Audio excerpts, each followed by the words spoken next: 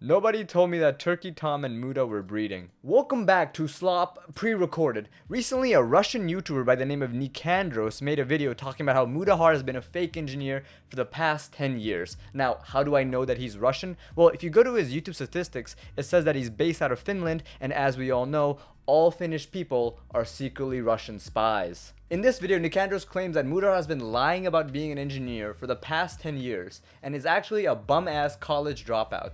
And today, I will be defending my father, acting as his lawyer and seeing where the truth actually lies. And I think I can give a very nuanced take on this because I actually graduated with a degree in mechanical engineering from UBC in Canada, so I actually understand kind of what the laws and regulation are around this. And being his prodigy, I know that my man is innocent. He has this weird thing where he needs to act like cool and that he's so successful and rich. He tells Boogie, dude, why don't you upload more? I upload every day and YouTube's not even my job. I was like, shut the fuck up, bro.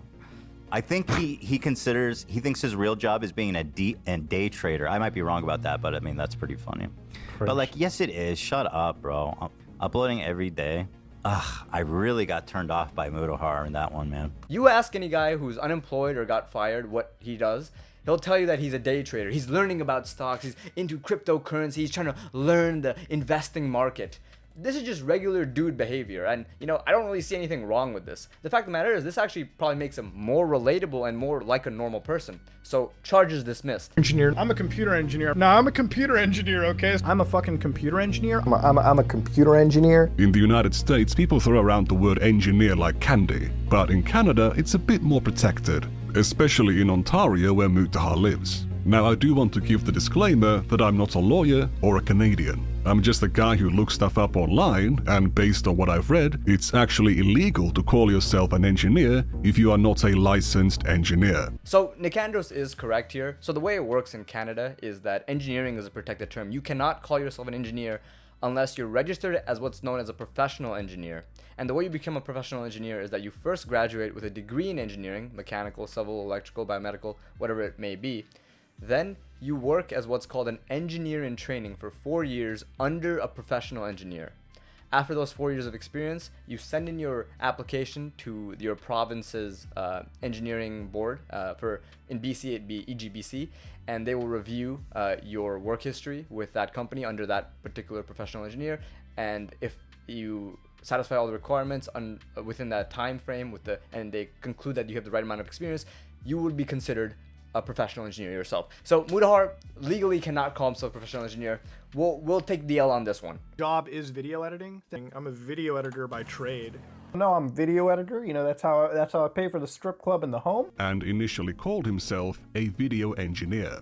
I'm a video engineer now. I think I know how this shit fucking works. It's not a real engineering job, but he was still calling himself an engineer. In 2019, he conflated being a video engineer with being a computer engineer. I'm a computer engineer, so I really a video engineer, whatever you want to call it. I'm one of those people, so... Again, totally different qualifications. One is an actual professional engineer, the other is a job title. So in defense of Mutahar, and being very generous to him, video software engineer actually is a real position that companies will post. So I have an example right here. In Markham, Ontario by Infotree Global Solutions, video software engineer. And what it involves is working with C++, doing video processing, encoding and decoding, and working with things like DirectX. So it is a real position. He could have worked it, but the evidence is pretty damning here for my father. But I'm pretty sure, if you give him the benefit of that, I'm sure he can come around to it.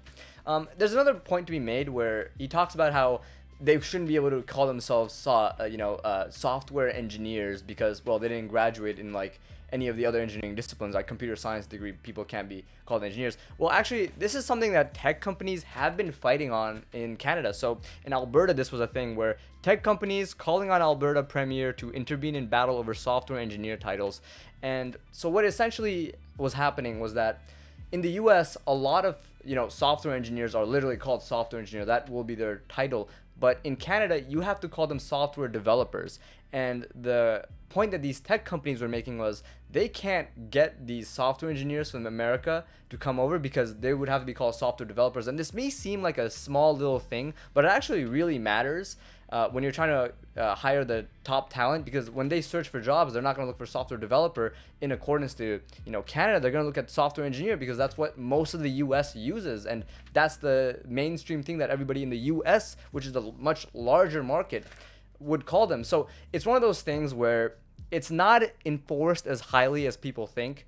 If you were to call yourself a mechanical engineer, I think that'd be more issue. But software engineer is one of those like little gray areas where I think, you know, Engineers Canada and EGBC are more willing to let slide. And there are like special circumstances. Like I know that sometimes if you're creating software for like highly specialized aerospace applications, you have to get what's called a software engineering like credential from EGBC or, you know, Engineers Canada to be able to make that software.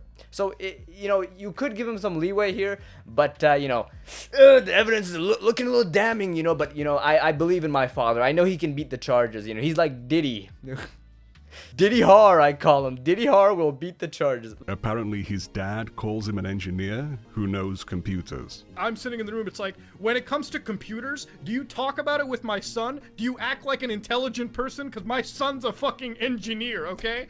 If I'm wrong about computers, I'm gonna believe what my son says, because he's the fucking engineer, not a doctor. Like, fucking insane, dude.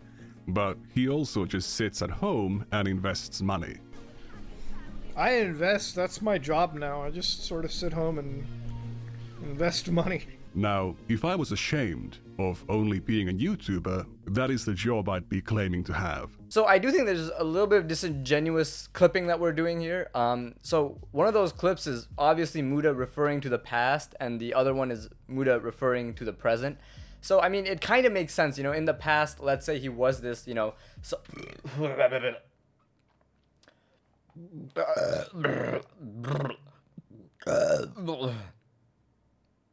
Gas. Yeah, okay. Some of these clips is obviously Muta referring to the past. Maybe he did work as a video encoding developer, software engineer, what do you want to call it, for a little bit. And then, nowadays, now that he's this YouTuber, he's making money with that YouTube money, and he just sits on his ass and, you know, day trades, which kind of fits, you know. And I would like to be a bum-ass YouTuber too and do this, so please subscribe. As a boss, and I don't know, like, this is gonna sound like kind of cold, but I don't make jokes at the office. I don't make any fucking jokes at an office. I am not this kind of Mutahar, okay? So to explain what kind of person I am, like at the office, I'm just like, how's work? What are we doing? What's the plan for today? Like, literally, it's as matter of frank as I can be. I don't partake in jokes. I don't do any of that fucking shit. And if I see fucked up jokes, you know, which I haven't seen, I stop that shit right there. I always have to, like, you always have to be professional at your office. And sometimes you come across as, like, a deadpan motherfucker, but it's better to be deadpan than, you know, turn your office into, like, what I mean is, like, I never would have my office turn into, like, frat house workplace. Like, it would never be a frat house. Okay, so this is really hard to defend. At my company, I'm pretty much the court jester. I will make a joke every chance I get, and it's gotten to the point where my bosses tell me, hey, can you, like, be a little more professional and serious? And at this point, I think they've just completely given up and accepted that this is who I am, which is interesting because we cure cancer. That's not a joke. I think this is just Muta being a bit of a boomer. If you ask any boomer, you know, how you should act at a job, they'll be like, oh, you should act like you have a fucking stick up your ass, you know, you gotta do what your boss says, you gotta be very professional, you know? And that's a very beta mindset. A beta adapts to his environment. While me, I'm an apex predator, you know, I dominate the situation and I make the environment adapt to me. So, you know, look, you know, the apple falls very, very far from the tree in this scenario, you know, and in this situation, I became an even bigger tree. Not like vertically because I'm only 5'5", and I think Mutahar 6'2", but you know, definitely horizontally. I think that I have definitely I'm on a cut, so and the lighting's bad, so I look bigger in person. I hope these jokes are landing because this is the best I got. You're not getting anything better than this, and there's no YouTuber better than me. Gunahar, ooh, Diddy Har, Diddy Har, Diddy Har, Diddy Har. I don't talk about social battery. Like 7 is when I get up. I got to be in meetings every fucking day. My work day doesn't end until like 4 p.m. That's when I get like a chance to open up the Premiere Pro project file for the video, and I get to work on that, and then I get to upload that a day later. Like, I don't believe in days off. Like, I literally can't believe in a day off. Like, I'm always like jittery because I'm like, I want to do work. Like, I really do like enjoy doing work. Like, any day that I don't feel like I do my job, fucking cry about it. I'm like, this fucking sucks. He works till 4 p.m. every day and cannot take a day off. However, he seemed pretty happy to take a day off to watch a video game commercial from 1 p.m. to 3 p.m. on a Thursday. Look, I get it. Mutahar's doing the whole hustle bro thing. You know, he wakes up, he browns the bed, he takes his cold plunge, he jelk edge, Mew takes his pre-workout, and he's off to work. But, you know, look at this. He's not working this day.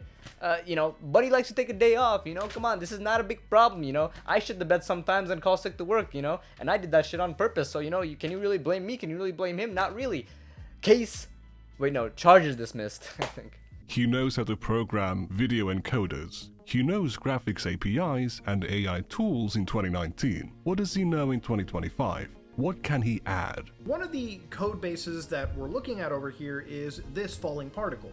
Now, there's a lot of numbers that are being dropped in here, and one of the things that you'll tend to see in Pirate Software's code is magic number abuse. Nothing unique, nothing new, nothing that Coding Jesus didn't say in his video, which Mutahar keeps mentioning.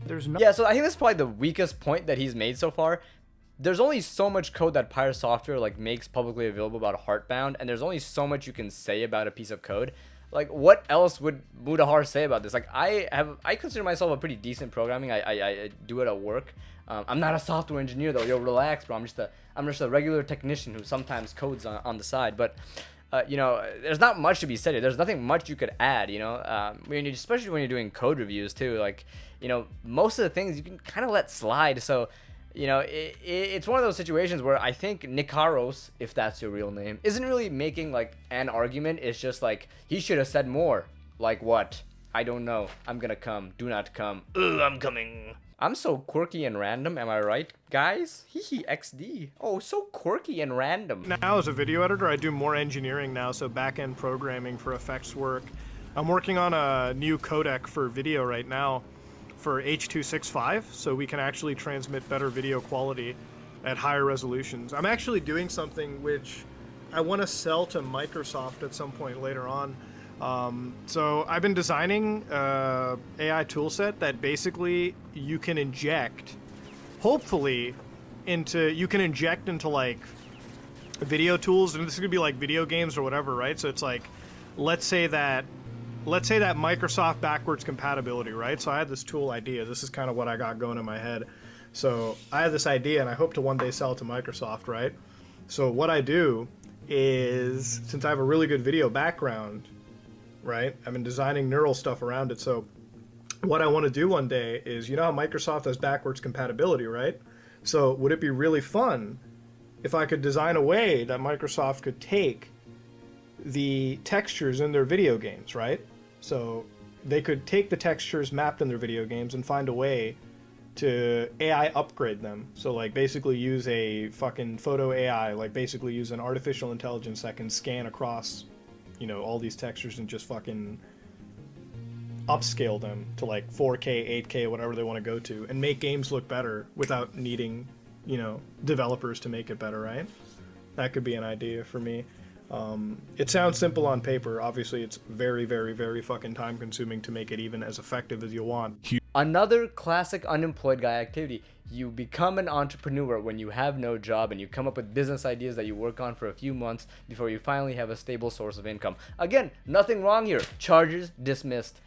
Regular dude shit. Let's check out some of those comments. We love reading the comments from regular commenters like Mr. Obvious. I wonder what he's into. Mr. Obvious says, my feel win, I might as well be all for. And then we see some lolly here, featuring some underage characters. Here's 2 more drawings of underage characters posted by Mr. Obvious. Kinda strange, isn't it? Mr. Obvious says, boys heart emoji. And then underneath that, we can see a photo of an underage girl who is pulling anal beads out of her anus using her feet. That's quite the talent. Oh. So he goes and randomly exposes this commenter for no apparent reason. It is hilarious in the video, but I don't think this is any way related. You can't really hold the commenter liable for the actions of the creator. I guess he's trying to say Mutahar is actually Diddyhar, and that's the joke I made earlier in the video, you fucking guy. Stop taking my bits. The truth will soon be revealed. Remember to subscribe to see it when it drops. Next time, things are gonna be a little bit different. So that's the way he ends the video. I don't really know what that implies. I mean, I know I've been calling Mutahar Diddyhar this whole video, but it might actually be Diddyandros.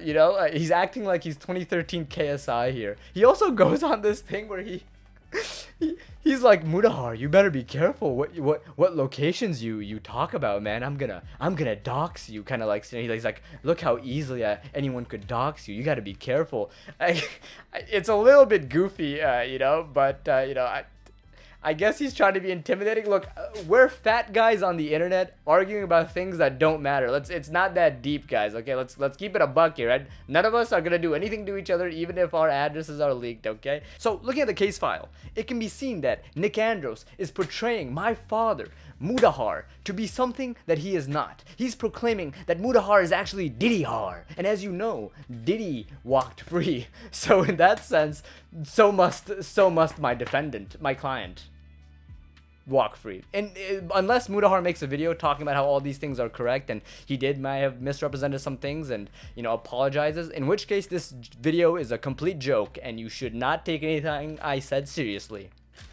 But you should subscribe, you guy.